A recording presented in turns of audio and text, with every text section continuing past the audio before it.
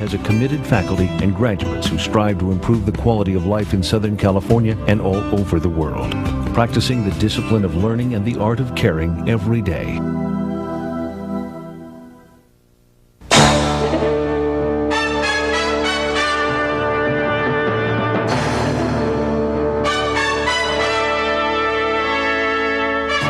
The American Health Journal, bringing you the latest information on medicine, psychology, diagnosis, treatment, and prevention.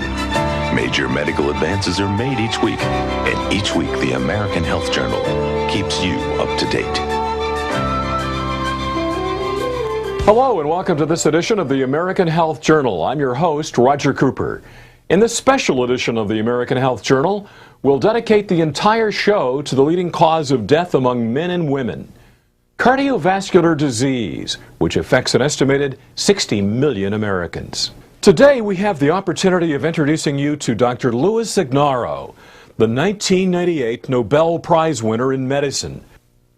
When I was in Europe, actually when I was in Naples, Italy, which is where my dad was born many years ago, this is when I first heard about the announcement of the Nobel Prize. And actually I refused to believe it until my colleague who had invited me to give a lecture showed me on the computer in the internet at the Nobel site that I was awarded the Nobel Prize in medicine.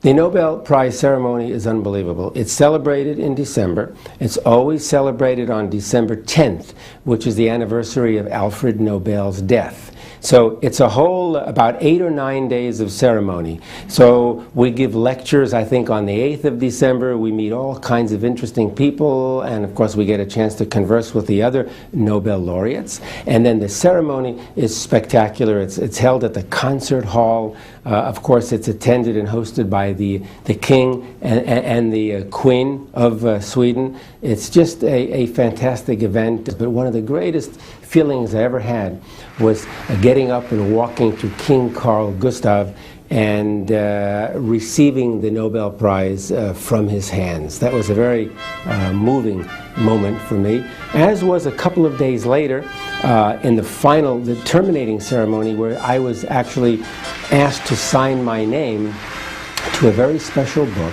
that had the signatures of all of the Nobel laureates who preceded me from 1901 through 1997.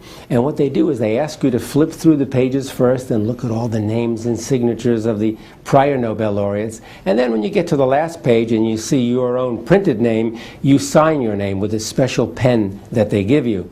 And I remember flipping through the pages and seeing all kinds of names, Madame Curie, for example, all kinds of people, Ernest Hemingway.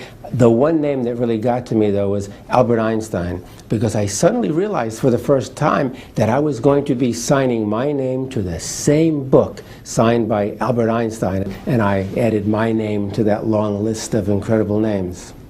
Dr. Ignarro was dedicated over 30 years of research in the discovery of nitric oxide's benefits in preventing and even reversing cardiovascular disease. The benefits don't stop there. It can also reduce high blood pressure, lower cholesterol, and age-proof your cardiovascular system. Dr. Ignarro will also explain what nitric oxide is, the important role of L-arginine and L-citrulline in boosting the production of nitric oxide, and also other necessary supplements, including vitamins, exercise, and diet, all the ingredients to a more healthy and better quality of life. Coronary artery disease occurs when there's an impairment of blood flow to the heart. The heart has its own circulatory system, and that circulatory system is called the coronary arteries. When people develop atherosclerosis or high cholesterol levels, this can result in plaque deposition, plaque formation in the arteries. And as those plaques grow and grow, they can obstruct the flow of blood. This can lead to a decrease in the flow of blood and therefore the flow of nutrients and oxygen to the heart, to the point where when you need your heart during exercise or walking up the stairs or changing a flat tire or almost anything else, if the heart does not get enough blood or oxygen, it's going to feel pain due to ischemic damage. That is essentially a heart attack. Nitric oxide is a chemical or a molecule, or you can even call it a hormone that is present in the body, which functions in certain specific ways within the cardiovascular system. It's our way of protecting ourselves, literally, against cardiovascular disease.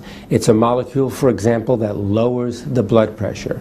It's our way of preventing strokes and heart attacks. The arteries make nitric oxide for the purpose of lowering the blood pressure, improving blood flow to organs, because nitric oxide is a vasodilator. It widens or relaxes the arteries so that more blood can flow through.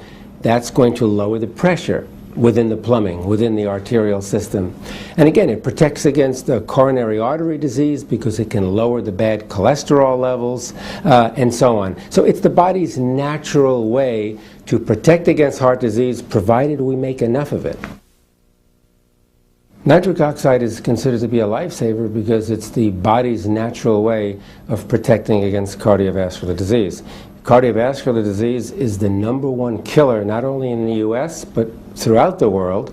And so the body can protect against all of this heart disease by generating more and more nitric oxide. When nitric oxide becomes deficient, this is when the barriers break down, this is when the protection is lost, and the individual is very sensitive and very susceptible to heart disease. And again, nitric oxide is protective because it can keep your blood pressure down in the normal range. High blood pressure causes heart attacks, causes strokes, and can lead to atherosclerosis or coronary artery disease. Nitric oxide can prevent all of these things. Arginine is an amino acid. There are about 20 or so amino acids that are the building blocks of all proteins. Proteins that you eat and proteins that are in your body, like your muscle and skin and so on.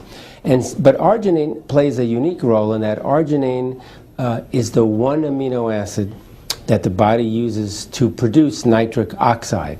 Okay? There are two amino acids that the body actually can use. One is arginine, the other is citrulline. But the primary amino acid, which is converted to nitric oxide in the body, is arginine. And it's very important, therefore, to maintain normal, healthy levels of arginine at all times, because when we develop certain cardiovascular and related diseases that are characterized by a deficiency in nitric oxide, the main reason for the deficiency in nitric oxide is a deficiency in this amino acid arginine. So if you have too low a level of arginine, you're not going to make sufficient amounts of nitric oxide to protect your cardiovascular system against disease. And so arginine is one of those amino acids that you actually have to take in from the outside. That is, you have to include it in your diet.